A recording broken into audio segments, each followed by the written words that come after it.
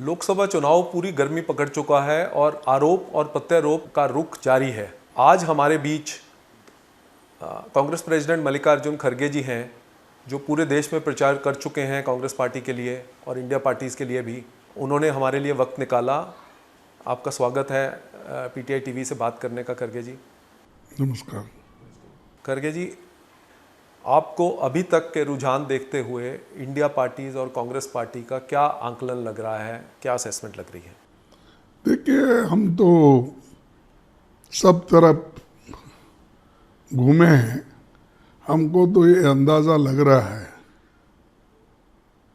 और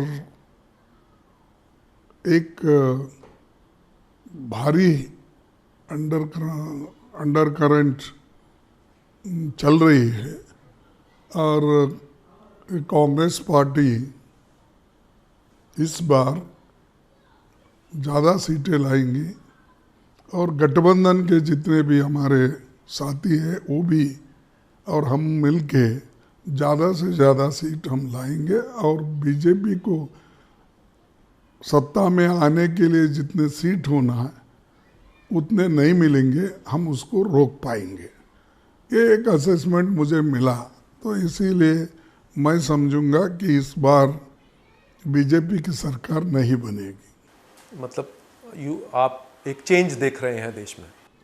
देश में चेंज भी देख रहे हैं और जनता खुद लड़ रही है हमारे तरफ से। हम नहीं लड़ रहे खास करके एक व्यक्ति के खिलाफ। जिस विचारधारा पे हम चलना चाहते हैं उस विचारधारा को लोगों ने सपोर्ट करके वो खुद ही एजेंडा चला रहे हैं और वो खुद लड़ रहे हैं बीजेपी और मोदी जी के खिलाफ। तो इससे जाहिर है कि वो पीछे रहेंगे और हम लोग आगे निकल चलेंगे। तो आपको इतना कॉन्फिडेंस कहाँ से आ रहा है? मुझे कॉन्फिडेंस जो आ रहा है, जब मैं हर स्टेट में गया और 2-3 मीटिंगें हर स्टेट में जो मैं लिया, तो उस आधार पर मैं बोल रहा हूँ कि पहले लोग कैसा हमको रिसीव करते थे, कितने लोग जमते थे और जब हम बात करते हैं तो कैसा रिस्पॉन्ड करते हैं, उस आधार पे एक। और दूसरा क्या है कि लोग महंगाई से तरस रहे हैं और महंगाई उनके सामने एक बहुत बड़ा मुद्दा है और नौकरियां नहीं है, अनएम्प्लॉयमेंट बढ़ गया है। और शायद मैं ये कहूँगा कि 100 साल में इतना अनएम्प्लॉयमेंट नहीं था और ये अपनी इन्फ्लेशन भी ऐसी नहीं। तो ये दोनों चीज़ें लोगों को भारी पड़ी है और लोग ये चाहते हैं कि ये सरकार एम्प्लॉयमेंट भी नहीं दे सकती और कीमतें भी घटा नहीं सकती, तो ये कोई फ़ायदा नहीं इनके। और ये सरकार बहुत झूठ बोलती है कि हर चीज़ हर वक्त कोई ना कोई एक नया चीज़ लाते हैं और लाकर वो कहते हैं कि हम आपके लिए ये कर रहे हैं। फॉर एग्जांपल काला धन का बात किया उन्होंने, 15 लाख का नहीं कर पाए। उसके बाद उन्होंने कहा कि हर साल 2 करोड़ नौकरी देता हूँ, वो नहीं कर पाए। तीसरी बात उन्होंने कहा किसानों के लिए हम तो उनकी आमदनी दुप्पट कर देंगे, वो नहीं कर पाए। और जो भी नौजवान लोग पहले मिलिट्री में भर्ती होना चाहते थे तो उनकी परमानेंट नौकरी मिलती थी उनको, तो इन्होंने वो अग्निवीर स्कीम लाकर सिर्फ 4 साल में उनको रिटायर कर दिया। उनको कोई पेंशन नहीं, उनको कोई एश्योर्ड नौकरी नहीं है, तो ये पक्की नौकरी नहीं है। इससे लोग परेशान हैं। और SC/ST की बात की तो बैकलॉग फिलअप नहीं करे और जितने इनको नौकरियां मिलने चाहिए थे, 30 लाख नौकरियां सेंट्रल गवर्नमेंट में खाली है, वो भर्ती नहीं कर रहे। इसका मतलब क्या है कि वो शेड्यूल्ड कास्ट को भी नौकरी देना नहीं चाहते, ट्राइबल आदिवासी को भी नहीं देना चाहते हैं, ओबीसी को जो हिस्सा मिलना चाहिए वो भी नहीं दे रहे, और जो इधर इधर अमेंडमेंट हुआ इकोनॉमिकली जो लोग वीक है, चाहे वो किसी कम्युनिटी के हो, तो उनको भी नहीं मिल रहा। यानी जो वायदे करे हैं, जो उन्होंने ये कहा कि नौकरी देंगे, ये है सो नौकरी भी वो लोग छीन ले रहे हैं और डेली वेजेस पे लगा रहे हैं, कॉन्ट्रैक्ट लेबर पे लगा रहे हैं।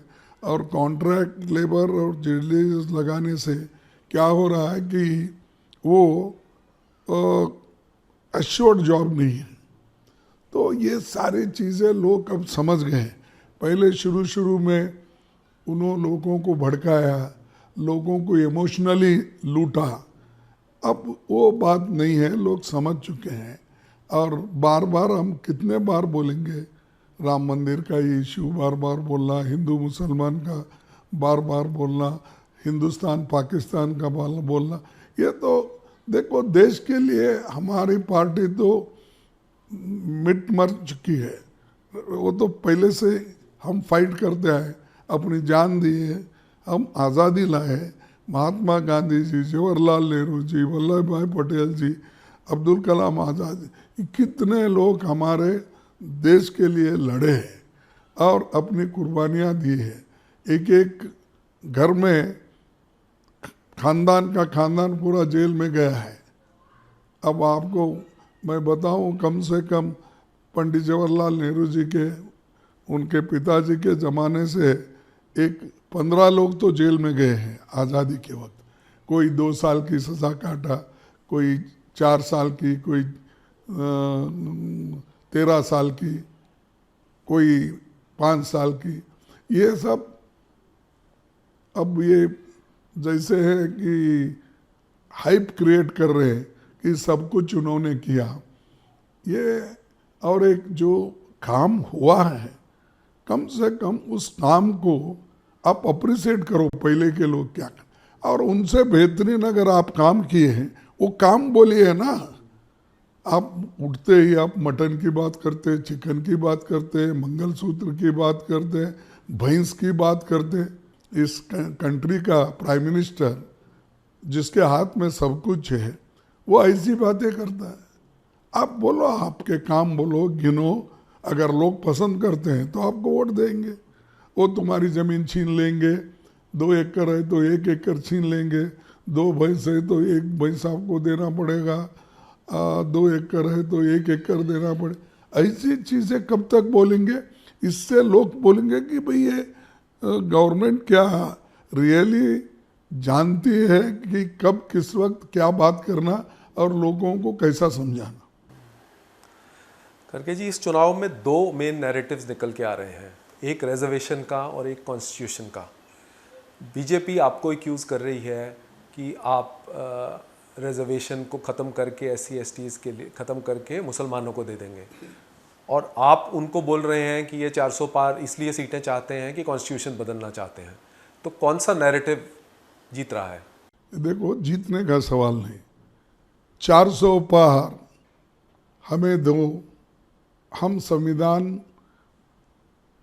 में संविधान बदलने के लिए हमको 2/3 मेजॉरिटी। ये किसने शुरू किया? उनके लोगों ने ही किया। अब भागवत खुद बोले और भी कोई यूपी के लोग बोले हम ज़रूर बदलेंगे, अगर 400 आए या 2/3 मेजॉरिटी आए तो हम बदल के रहेंगे। वो बात कर रहे हैं। हम इसलिए बात कर रहे हैं कि जो आपने संविधान में है SC ST को रिजर्वेशन, ये तो कोई छीन नहीं सकता। तुम वो संविधान के जो भी प्रावधान है उसको तो आप छीन नहीं ले सकते, लेकिन आप क्या कर रहे हैं, उसको इम्प्लीमेंट ही नहीं करना। Better not to implement, not to give reservation, not to help them, not to give scholarship. ये बात है ना। इसीलिए हम ये बोल रहे हैं कि संविधान को ये इसलिए बदलना चाहते हैं कि अपने लोगों को वहाँ पर बिठाना चाहते हैं। अब वैसा ही किए उन्होंने, हर डिपार्टमेंट में उन्होंने RSS के लोगों को बिठाया है जो क्वालिफाइड नहीं है। हाँ, पहले तो आईएएस ऑफिसर जॉइंट सेक्रेटरी रहते थे, उस जगह पे अपना एक आदमी उन्होंने बिठाया। सेक्रेटरीज भी अपने चॉइस के रखे। पहले तो सीनियरिटी पे हर जगह इम्पोर्टेंट पोस्ट पे रहते थे, लेकिन इन्होंने हर चीज को एक मोदी जैसे नेशनलाइजेशन जैसा बोलते हैं वैसा मोदी और आरएसएस का एक अड्डा बना लिया है और उन्हीं के लोगों को वहाँ पर भर्ती करते हैं। इसीलिए हम ये बोलते हैं कि संविधान को ये अच्छी तरह इम्प्लीमेंट नहीं कर रहे, इसीलिए इतना बैकलॉग हुआ, इतनी नौकरियां खाली है और डेमोक्रेसी को भी ये लोग स्वीकार नहीं करते। डेमोक्रेटिकली इलेक्टेड गवर्नमेंट्स को इन्होंने गिराया, मध्य प्रदेश में गिराया, कर्नाटक में गिराया, तेलंगाना में गिराया, हर जगह इन्होंने मणिपुर में गिराया, उत्तराखंड में गिराया, कहाँ नहीं किया है, हर जगह इन्होंने गोवा में गिराया। तो एक तो डेमोक्रेटिक वे पे भी नहीं चलते, दूसरे तरफ संविधान के तहत वो काम भी नहीं करते। तो इसीलिए हम ये कह रहे हैं कि संविधान को बचाओ, डेमोक्रेसी को बचाओ, ताकि डेमोक्रेसी अगर बच गई, संविधान बच गया, everybody's fundamental rights will be there. अब वो प्रेस को तंग कर रहे हैं, टीवी को तंग कर रहे हैं, चंद सेलेक्टेड कॉरपोरेट कंपनी जो चलाते हैं टीवी प्रेस, ये उनको बढ़ावा मिल रहा है। अगर वो भी उनकी बात नहीं सुने, आजकल उनके ऊपर भी टीका कर रहे हैं, क्रिटिसाइज, यानी हर लोगों को वो डराना सीखे हैं और उससे भी नहीं डरते तो ईडी लगा देते हैं, सीबीआई लगा देते हैं, या नहीं तो सीबीसी लगा देते हैं, या नहीं तो अपना आईटी लगा देते हैं। इसके डर से बहुत से बिजनेसमैन झुक के उनके पास जा रहे हैं और जो इम्पोर्टेंट राइटर्स है, जो right to expression, right to ये अपना स्पीक, फ्रीडम, इनको भी दबा रहे हो और नहीं सुनते तो जेल में डाल रहे हैं।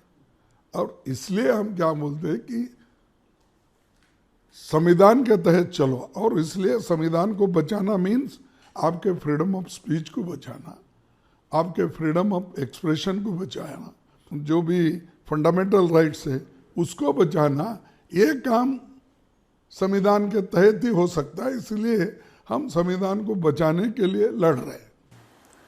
आपने अभी कहा कि ये चुनाव डेमोक्रेसी को सेव करने के लिए, कॉन्स्टिट्यूशन को सेव करने के लिए, तो कितना महत्वपूर्ण है आपके लिए और पूरे देश के लिए? अरे ये तो महत्वपूर्ण इसीलिए है, मैंने कहा आपको, अगर आपकी टीवी चलती है तो ये तो फ्रीडम ऑफ आपका राइटिंग है या एक्सप्रेशन है। हाँ, तो अगर वो ही नहीं है तो तुम्हारी टीवी क्या काम करेगी, प्रेस क्या काम करेगा, और आप लिखेंगे कैसा, आप बोलेंगे कैसा, ये सबके लिए महत्व का है। फंडामेंटल राइट्स ही अगर आपको नहीं है तो नेचुरली आप कुछ नहीं कर सकते। फिर वो ब्रिटिश के ज़माने में जैसा था वैसा चलता है, आज़ादी मिलके भी फायदा नहीं होता। तो आप मिली हुई आज़ादी को सप्रेस कर रहे हो और लिखा हुआ संविधान को आप दबा रहे हो और उसको इम्प्लीमेंट नहीं कर रहे हो। You are suppressing the democracy and you are opposing the constitution. ये सब आप लोग कर रहे हैं, इसीलिए इसका महत्व बहुत बड़ा है सबके लिए, बच्चों से लेकर बूढ़ों तक और प्रिंट मीडिया से लेकर टीवी तक। इसीलिए शायद ऑपोजिशन पार्टी सारी एकत्र होकर लड़ रही हैं बीजेपी के साथ। लेकिन ऑपोजिशन पार्टीज इंडिया ब्लॉक की ही आपस में लड़ रही हैं, केरल में लड़ रही हैं, वेस्ट बंगाल में लड़ रही हैं, पंजाब में लड़ रही हैं। नहीं, ये क्या, देखो ये आज की बात नहीं। तो डिसयूनिटी तो है आपस में। डिसयूनिटी सेंट्रल गवर्नमेंट के साथ लड़ने में नहीं है। हम जिस स्टेट में है, अपना अस्तित्व है, उस जगह हम या तो चंद सीटें उनको छोड़ देते, चंद सीटें हम करते। अब उदाहरण के तौर पर बोलता हूँ, पंजाब में ये आप पार्टी है और अपोजिशन में हम हैं। अब नंबर 2 पार्टी वहाँ छोड़ देगी, देन बीजेपी आएगी। ऐसा ही वेस्ट बंगाल में तो हमारा पार्टी का आदेश था कि हम कम्युनिस्ट पार्टी से अलायंस करना और उनके साथ रहकर ये पार्टी एकजुट होकर लड़ना। और हमने कभी टीएमसी से अलायंस नहीं किया, हमने डायरेक्टली अलायंस किया ये अपना इससे लेफ्ट से। तो ये सब मदद एक दूसरे को, हर स्टेट में अलग अलग अलायंस है।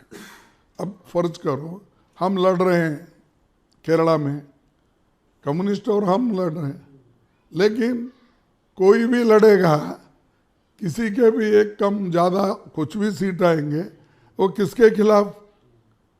वो तो बीजेपी की आइडियोलॉजी के खिलाफ या मोदी जी के जो सोच के खिलाफ। तो ये हर जगह अलग है, तमिलनाडु में अलग है, केरला में अलग है, वेस्ट बंगाल में अलग है, और अपने हरियाणा में भी अलग है, दिल्ली में अलग है। तो ये जो पार्टी लाइन लेती है वो सोच समझकर अपने देश के हित में, और एक बार हम जो निर्णय लेते हैं उस निर्णय को हम सभी मिलकर पालन करते हैं। इंडिया पार्टीज के कई लीडर्स ने आंकलन लगाया है कि बीजेपी की, लेकिन वो आंकलन एक नहीं है। अरविंद केजरीवाल कह रहे हैं बीजेपी की 220 सीटें आ रही हैं, राहुल गांधी जी कह रहे हैं 150 आ रही हैं, अखिलेश जी कह रहे हैं 143 आ रही हैं। तो मतलब आपस में ये यूनिटी बीजेपी का आंकलन करने में भी नहीं है। ये देखिए, हर आदमी का असेसमेंट अलग होता है।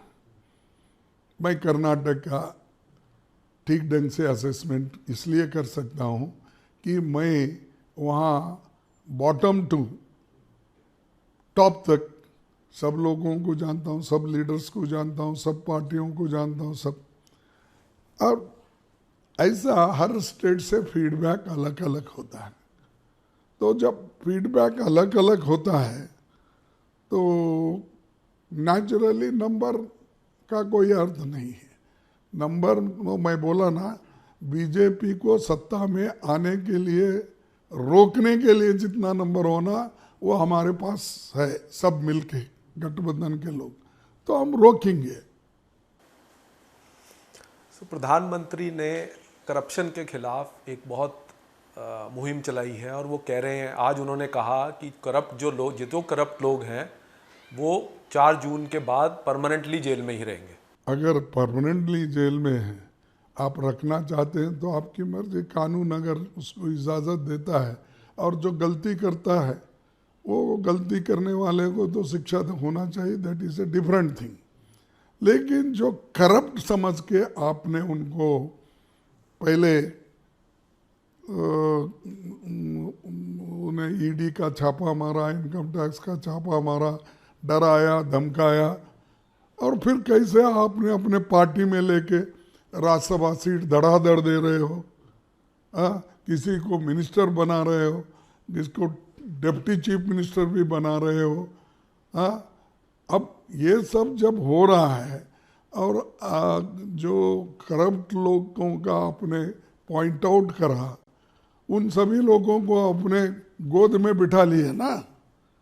और जो आदमी गोद में बिठा लेके ये करप्ट नहीं है बोल के आप खुद ही बोलते हो, इस हिसाब से लिए हो, तो आप ही लोग करप्शन को बढ़ावा दे रहे हैं।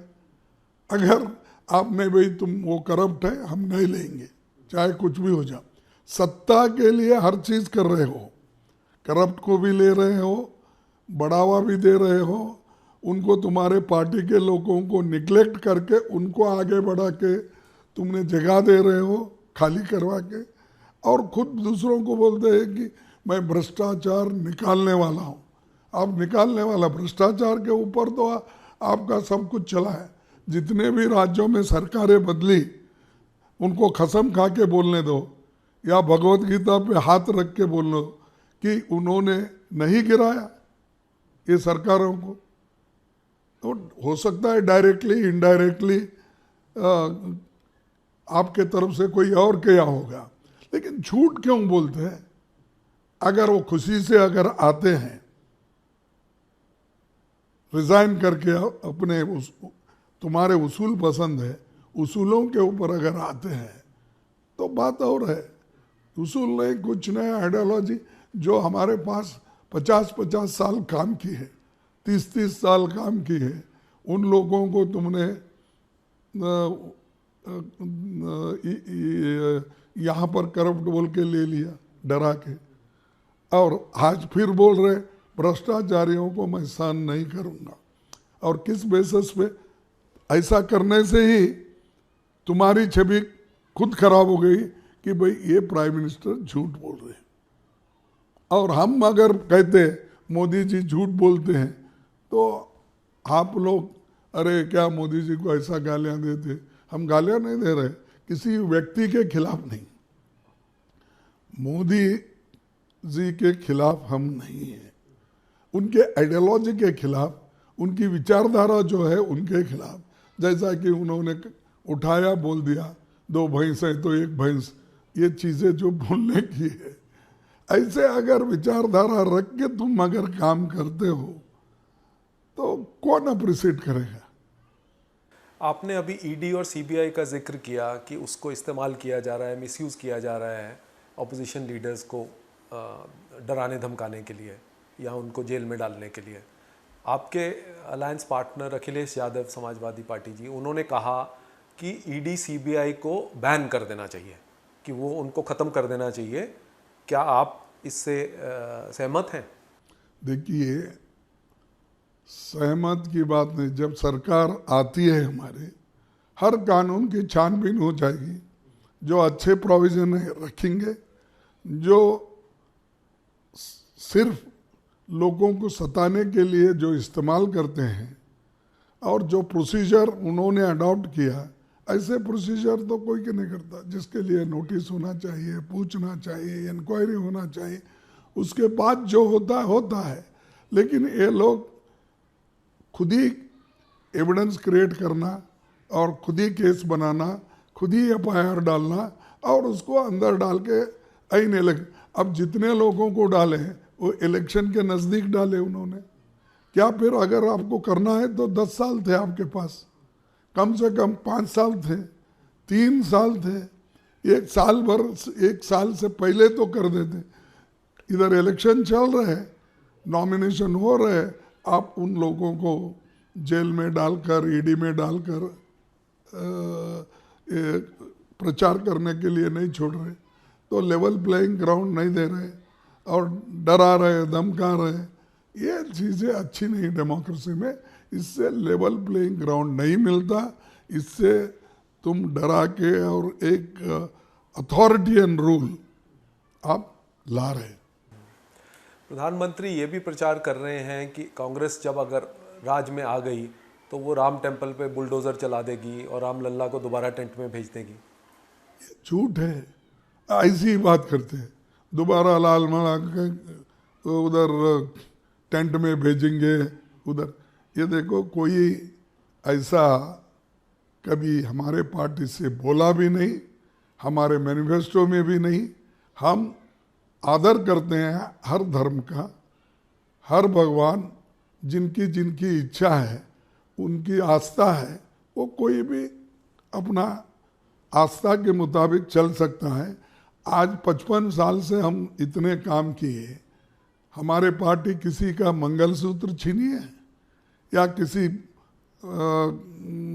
भगवान का धर्म के तहत तुम मत जाओ, वहाँ पर मत। सबको समान अधिकार हमने दिया और लोग खुशी से अपना जीवन बिताते थे। उनको डिवाइड करने का काम तो मोदी जी ने किया हर जगह, क्योंकि वोटों के लिए। और तुम वोटों के लिए खुद करते हो और दूसरों को बोलते हैं बुलडोजर लगा देंगे। ये चुनाव आपने कहा बहुत क्रूशल है, लेकिन कांग्रेस पार्टी अपनी सबसे कम सबसे कम संख्या पे लड़ रही है चुनाव, 328 पे सिर्फ लड़ रही है, और 200 सीटें आपने अपने अलाइज के लिए रखी हैं। तो क्या ये अंडर कॉन्फिडेंस नहीं है? नहीं, अंडर कॉन्फिडेंस का नहीं है। जब आप यूनाइटेड इलेक्शन लड़ना चाहते हो, जहां हम मजबूत हैं वहाँ हम लड़े, जहाँ कहीं किसी को स्पेस देना है, क्योंकि उनके वोट दूसरे जगह भी रहते हैं, हो सकता है वहाँ से नहीं जीते होंगे या हम किसी जगह नहीं जीते होंगे, लेकिन दूसरे वोटों से मदद मिलती है। तो इसको सोच समझ के हमने जो कम सीटें लड़ी है, इसलिए कि अलायंस पार्टनर को इकट्ठा रखने के लिए ये समझौता हो गया सो है। और हमारा जो ये है, एक हमने समझौते के लिए अलायंस गठबंधन के लिए एक टीम बनाई है, जहाँ जहाँ जो हो सकता है उनके साथ मिलके बहस करके हर स्टेट में हम अपने गठबंधन के, हमारे पार्टी के जो टीम है उनको भेज के ये हमने स्ट्रेटजी तैयार की है और उसको हमारे हाईकमांड ने अप्रूव की। आजकल हिंदू मुस्लिम की बहुत चर्चा हो रही है और प्रधानमंत्री भी सार्वजनिक रूप से बोल रहे हैं कि अगर मैं हिंदू मुस्लिम करूंगा तो मुझे सार्वजनिक जीवन में रहने का कोई हक नहीं है, लेकिन आप उनको एक्यूज़ कर रहे हैं कि वो रोज़ हिंदू मुस्लिम कर रहे हैं। देखो, हम नहीं बोल रहे ना, तुम ही बोल रहे एक भैंस दो भैंस है तो एक भैंस तुम दे रहे, मुसलमानों को 15% बजट दे रहे। ये ऐसी बातें बोलकर तुम खुद ही डिवीजन की बात कर रहे हो, और एक तरफ जाके बोलते अगर मैं ऐसी बातें अगर करा हिंदू मुस्लिम तो मैं सार्वजनिक जीवन में रहने काबिल नहीं हूँ। फिर रोज बोलते हैं तो आपको तो छोड़ना चाहिए। आपके पूरे हिस्ट्री निकालो स्पीचेस के, और आपको जहाँ जहाँ गए जो जो बोले वो सब निकाल दो, मालूम होता आपको। तो उसको भी झूठ बोलते हैं। अरे तुम, आपने जो बोला कम से कम आप टिके तो रहो, या नहीं तो नहीं भाई मुझे गलती हो गई माफ़ करो, मैं वैसा नहीं बोला, मैं ऐसा बोला था। एक तरफ आप अपने गलती को भी ये नहीं करते कि एक्सेप्ट नहीं करते, और दूसरी तरफ आप ये कहते हैं कि अगर मैं हिंदू मुसलमान ये करा, मैं पॉलिटिक्स में रहने काबिल नहीं हूँ, मैं आज ही अपना पॉलिटिक्स से रिटायर हो जाऊंगा। हिंदुस्तान की तरफ पूरी दुनिया देख रही है। क्या आपको लगता है कि वक्त आ गया है कि पॉलिटिक्स ऑफ हेट और वेंडेटा का अंत होना चाहिए? देखिए, ये भी हेट स्पीच करना उनका ही, क्योंकि पोलराइज करने के लिए वो हेट स्पीच करते हैं, और हम सबको लेके चलने की बात करते हैं। लेकिन वो क्या करते हैं कि वोट को डिवाइड करने के लिए वो हेट स्पीचेस देते हैं, और किसी और को भी बोलते हैं तुम बोलते रहो, मैं अपनी बात बोलते रहता हूँ। तो कभी कंडम किया उन्होंने जो लोग कॉन्स्टिट्यूशन के खिलाफ बोले, मुस्लिम्स के खिलाफ बोले, और दूसरे यहाँ तक कि जितने भी आदिवासी को बच्चों के मुंह में मूत्र डाला, कहीं और मणिपुर जैसे एरिया में महिलाओं को रेप किया गया, डिस्प्लेस किया गया। कभी गए वहाँ देखे हैं आप? कभी वहाँ जाकर भाषण?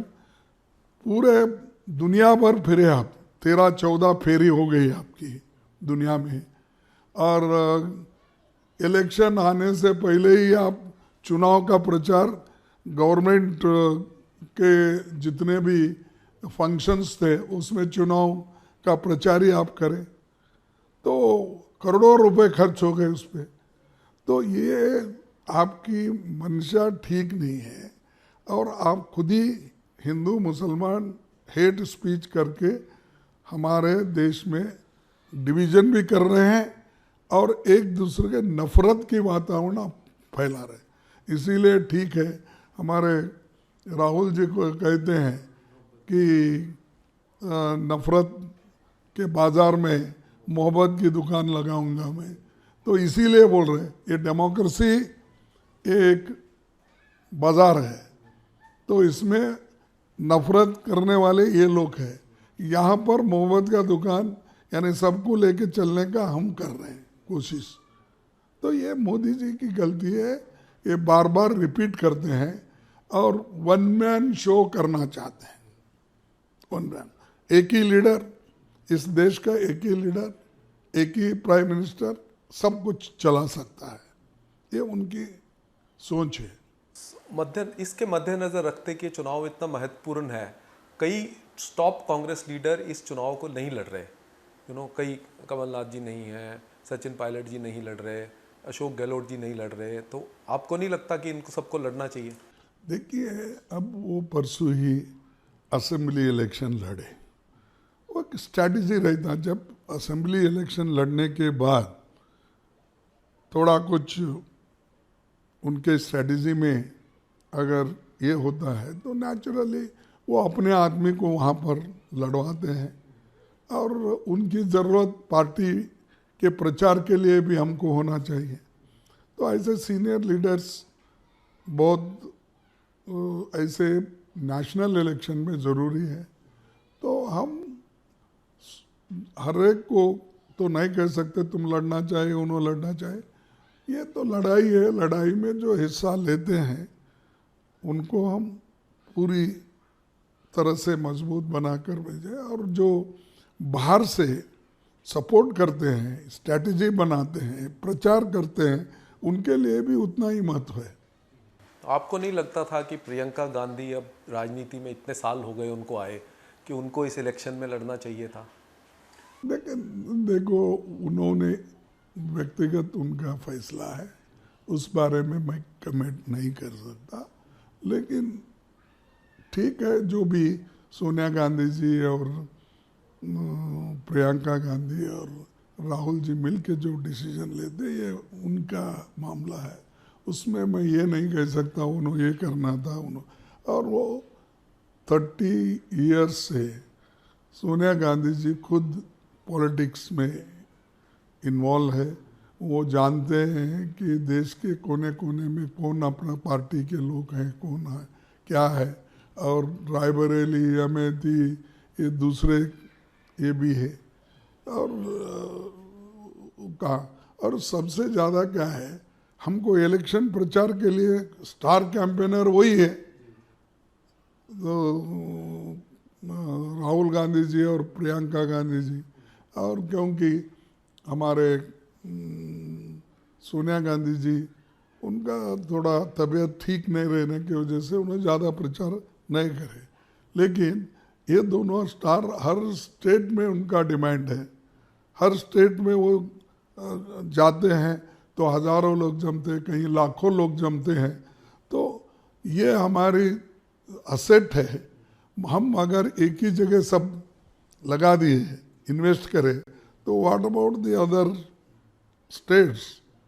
मेरे दूसरे लोगों को भी मदद करना है ना। इसीलिए वो उन्होंने निर्णय जो लिया है, ठीक निर्णय लिया है, और उनके वजह से एक माहौल बन गया पूरे हिंदुस्तान में। इसीलिए मैं उसका स्वागत करता हूँ। राहुल जी जैसे 2 सीटों पर लड़ रहे हैं, तो दोनों अगर जीतते हैं, जो लग रहा है, तो आपको क्या उनको कौन सी सीट रखनी चाहिए?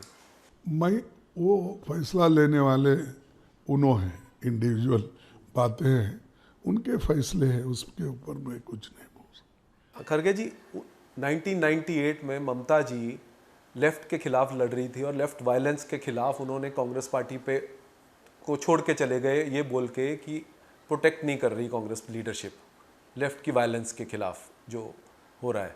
तो आज की डेट में आपके वेस्ट बंगाल के प्रेसिडेंट हैं अधीर रंजन चौधरी, वो टीएमसी की वायलेंस के खिलाफ बोल रहे हैं। तो क्या वो 98 वाली स्थिति दोबारा रिपीट तो नहीं कर रहे? नहीं, ये देखो, अब मैं किसी एक इंडिविजुअल व्यक्ति के बारे में बोलना नहीं चाहता। वो भी हमारे लड़ाकू सिपाही है कांग्रेस पार्टी का, वेस्ट बंगाल के नेता है। तो ये जो चंद लोग ये उठाने की कोशिश कर रहे हैं कि हम जो गठबंधन किए हैं लेफ्ट के साथ, वो नहीं चाहते थे ये टीएमसी के लोग।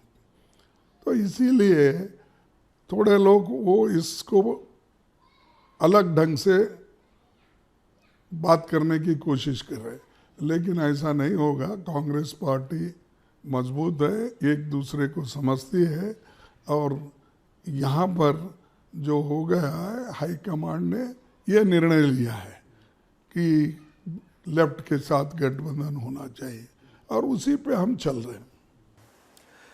प्राइम मिनिस्टर ने बार बार रिपीटेडली वॉर्न किया है वेरियस पार्टीज़ को कि फ्री बीज जो देते हैं, जैसे कांग्रेस की कई स्कीमें हैं, या कैसे अरविंद केजरीवाल फ्री बिजली दे रहे हैं, तो ये जोपटाइज कर देती हैं इकोनॉमी को, देश की इकोनॉमी के ऊपर बर्डन है। तो आप भी इस चुनाव में आप कह रहे हैं 1 लाख रुपया हर महिला को देंगे, तो कई मंत्री बोल रहे हैं कि इससे तो 32 लाख करोड़ रुपया उसी में चले जाएगा, तो कहाँ से पैसा आएगा इतना? देखो, हमेशा ऐसी चीज़ें वो बोलते, पहले नरेगा लाए ऐसा ही बोले, फूड सिक्योरिटी एक्ट लाए वैसा ही बोले, और उसके बाद में रूरल हेल्थ मिशन लाए वैसा ही बोले। यानी गरीबों के जो भी कार्यक्रम हम लाते हैं, तो ये लोग हमेशा क्रिटिसाइज करते रहते हैं, और जो चीज़ को प्रायोरिटी देना उस चीज़ को हम देंगे। अब तो हमने डबल राशन देने का बात की है, अब जितना लगा है उसका डबल पैसा लगता है, और उसके तहत जिन जिन जो एलिजिबल लोग हैं उनको मिलता है। और 1 लाख रुपए देने का, इससे पहले भी हमने कहा था कि कम से कम 72,000 रुपये देने का साल को किया था, तो वो हमारी गवर्नमेंट आई नहीं होता। अब 72,000 के बारे में अब 1 लाख बोल रहे हैं, तो ये देंगे हम। और ये चीज़ हमने कर्नाटक में करके दिखाया, ये चीज़ हमने हिमाचल में करके दिखाया, ये चीज़ हम तेलंगाना में करके दिखाया, और वो उसके तहत हम काम करेंगे। और ये पैसा अगर गरीबों के पास जाएगा, ही इज़ ए कंज्यूमर, वो तो फिर अमीरों के पास ही जाएगा, इकोनॉमी में आएगा। फिर आप बार बार फ्री भी दे रहे, वो दे, अब हम दे रहे, ये पहले से ये बहुत दिन से पहले से भी चल रहा था, जो योजनाएं थी बहुत से गरीबों को मदद करने की, वो सारी योजनाएं चल रही है। और ये जो उनके लोग, बीजेपी के लोग कहते हैं कि आप लोग 16 लाख करोड़ अमीरों का कर्ज माफ कर सकते हो, क्या 1 लाख 2 लाख गरीबों का नहीं कर सकते? हाँ, और आप 16 लाख करोड़ रुपए के लिए तैयार हो, तो हम कैसा करना? ऐसे सारी चीज़ों को ढूंढ ढूंढ कर जहाँ आप माफ कर रहे हो, उसको हम लेकर ठीक ढंग से जो इकोनॉमी बनाना, रेवेन्यू बनाना, वो सारी चीज़ें बनाएंगे। जब हमारी गवर्नमेंट आएगी, निश्चित रूप से हम बना के दिखाएंगे।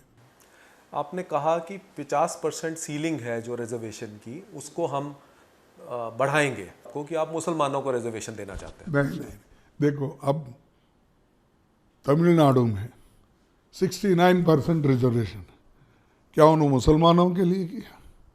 वैसा ही अब 50% है, हमने बढ़ाकर उसको, वो लिमिट को, जैसा तमिलनाडु में दूसरे जगह हुआ वैसा हम कर रहे हैं।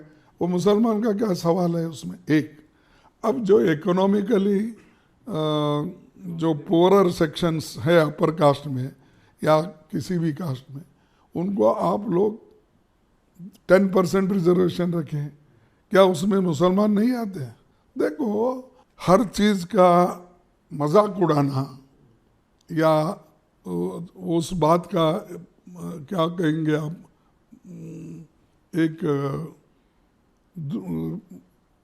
दुष्परिणाम उसका बोलिए, या उसके बारे में गलत फहमी फैलाना ये ठीक नहीं है। हम जो मिलेगा सबको मिलेगा। आपके लीडर राहुल जी ने कहा कि हम एक्सरे कराना चाहते हैं हर एक व्यक्ति की इस देश में, कास्ट सेंसस के थ्रू इकोनॉमिक सर्वे भी कराना चाहते हैं कि किसके पास कितनी वेल्थ है, और रीडिस्ट्रीब्यूशन की भी बात हुई। तो क्या आपको ये नहीं लगता कि आपके कुछ लीडर्स ने कुछ इनहेरिटेंस टैक्स की बात करी तो एक मुद्दा दे दिया बीजेपी को? देखो, सवाल ये है कि जाति जनगणना ये इसलिए करना चाहते हैं कि किस किस कम्युनिटीज को वो अपने जो भी हक मिल रहे हैं उससे वंचित है, किनको कुछ भी नहीं मिला। अगर अपर कास्ट एक बैकवर्ड क्लास है वही ज़्यादा लेता, दूसरे बैकवर्ड क्लास को नहीं मिलता। और जो सब मिल के करते हैं तो 80% लोगों को कुछ नहीं मिलता, सिर्फ 20% को ही मिलता है, दूसरे लोगों को भी। तो जिसमें जहाँ पर आपको गरीबों को मदद करना है और जो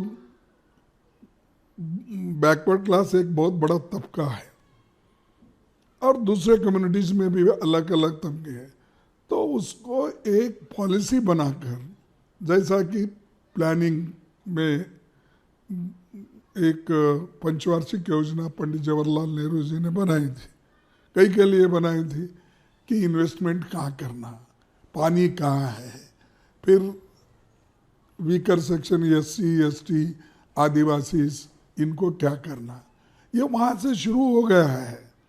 अब ये है कि बहुत ही पिछड़े हुए लोग जो हैं उनके बारे में क्या करना चाहिए, इसलिए वो कितने ग्रेजुएट्स हैं, कितने लोगों को नौकरी मिली है, कितने लोगों के पास उनकी मासी हालत ठीक है, ये सब कर रहे हैं। छीन के थोड़ी कर दें।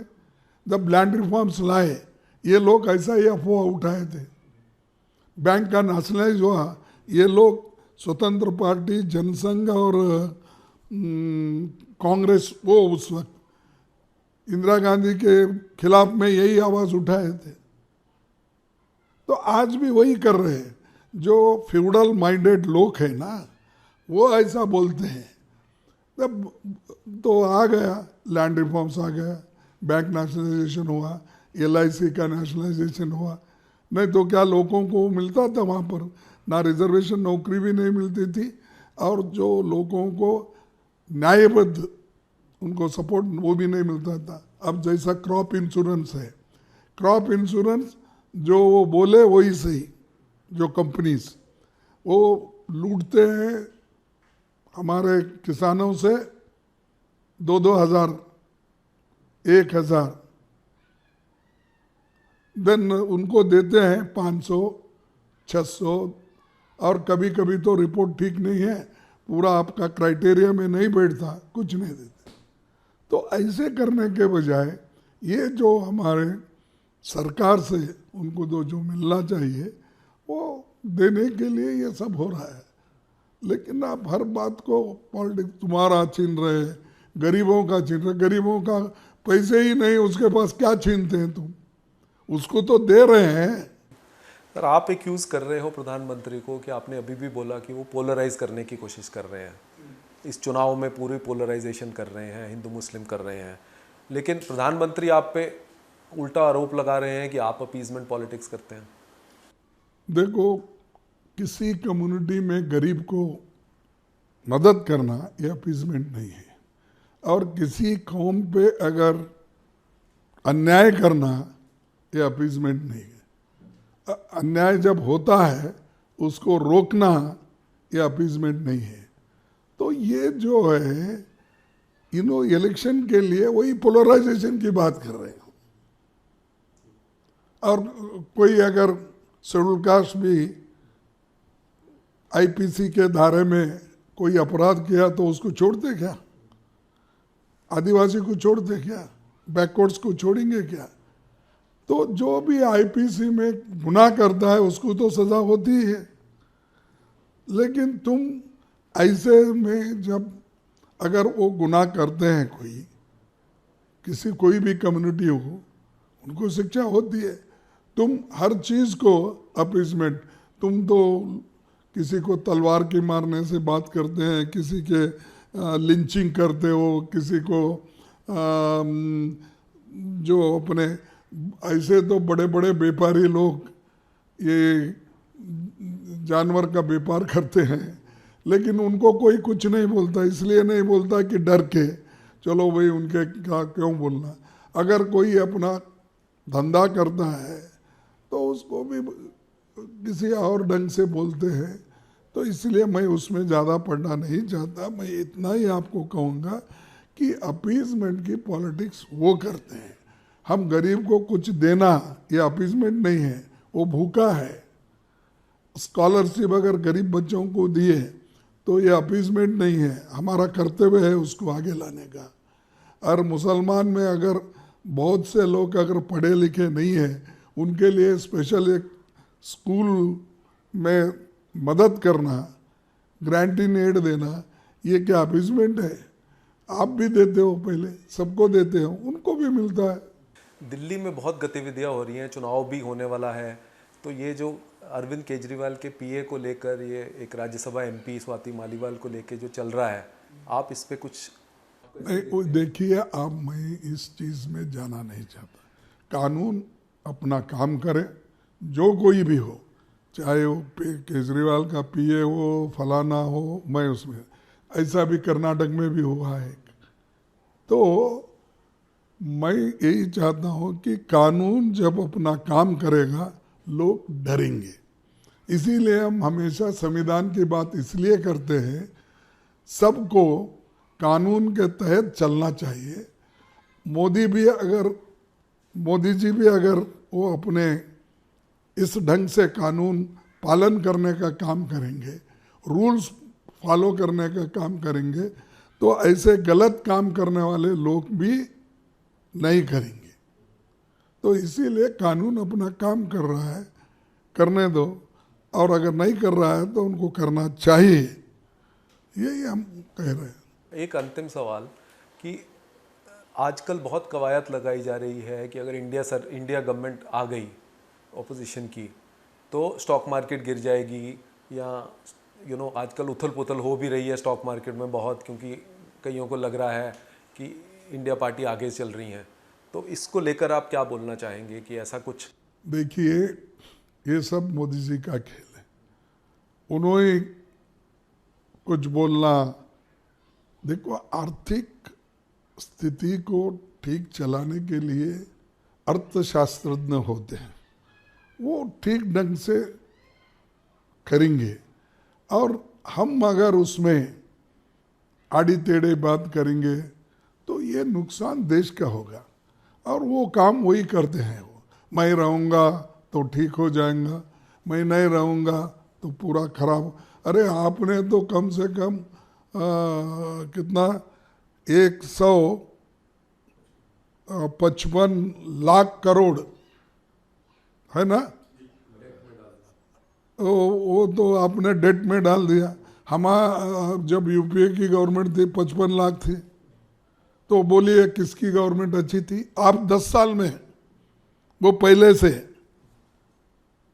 तो ये है, लोगों कितना गुमराह करेंगे। अब लोग, मुझे मालूम नहीं, जो बहुत से लोग शाणे उनके साथ है ये क्यों नहीं उनके समझ में। तो पिछले लोग अगर 55 लाख करोड़ इतने सालों में किए, तुम उसके 2 गुना ज़्यादा कर रहे हो, तो तुम्हारी नीति अच्छी है, एक्सपोर्ट इंपोर्ट का ठीक है। इवन तुम्हारा ये नेशनल सिक्योरिटी भी ठीक नहीं है। वो चाइना वाले घर वहाँ बन रहे हैं, ऑक्युपाई कर रहे हैं, विलेजेस बसा रहे हैं, रोड डाल रहे हैं, उसकी बात आप नहीं करते। वो छोड़ के सब मजबूत है, कोई आँख निकाल के नहीं देख। अब भाई आँख निकाल के नहीं देखना आप बोलते हैं, लेकिन बगैर इन्विटेशन से आप ही वो पाकिस्तान के नवाज शरीफ नहीं, उनके घर को बगैर बुलाए बगैर दावत से गए और गले मिले, ये है क्या नीति? ये तुम जो गलतियां करते हो उसको छुपाने की कोशिश करते हो। आंखों दिखे ये चाइना ऑक्युपाइड एरिया जो हो रहा है और उसके बारे में कुछ बात नहीं करते हो और बोलते कि हमने कुछ नहीं करने दे। अरे इतनी बड़ी बात करते पाकिस्तान के हो रहे हो, तुम तो दोस्ती तो कर लिए पहले, जब उनकी आपकी नहीं बनी तब वो अलग बात कर रहे हैं। लेकिन मैं आपको पूछता हूँ कि पाकिस्तान को रास्ते पे लाए कौन? इंदिरा गांधी जी ने लाई। बांग्लादेश को आज़ाद किसने कराया? इंदिरा गांधी जी ने कराया। तुम तो पहाड़ खोद के चूहा निकालते हो, उसका बहुत बड़ा प्रचार करते हो। यहाँ तो 1 लाख लोगों को उन्होंने जेल में डाला और बांग्लादेश को आज़ाद कर दिया। वो अमेरिका को नहीं डरी और किसी को भी नहीं डरे। तो ऐसे ऐसे काम हमारे ज़माने में हुए और आप वही बकते रहते हो, वही बोलते रहते हो पुरानी बातें, और उसमें भी कोई दम नहीं है। तो ये सब मोदी जी के आप कह रहे हो कि नंबर्स आंकड़े उनके पास नहीं हैं और उनकी सरकार नहीं बनने वाली, तो आपका message, last message to mister Modi? Message यही है कि मोदी के लिए नहीं, उनके विचारधारा के, मैंने पहले ही बोला आपको, हमारी विचारधारा अलग है। हम व्यक्तिगत किसी आदमी को हेट नहीं करते, किसी आदमी के खिलाफ नहीं है, किसी इंडिविजुअल के खिलाफ नहीं, हम उनके विचारधारा के खिलाफ है। और उनकी विचारधारा, उनकी जो आरएसएस आइडियोलॉजी उनके साथ जुड़ी हुई है और दूसरों को सताने के, दूसरे धर्मों को डिवाइड करने का, दूसरे कास्ट को डिवाइड करने का और यहाँ के दलितों को, पिछड़ों को और आदिवासियों को यथास्थिति में रखना, जो उनकी मानसिकता है उसके खिलाफ है। वो स्टॉप हो जाएगा, वो स्टॉप हो जाएगा। धन्यवाद, बहुत बहुत धन्यवाद कर दीजिए। Thank you.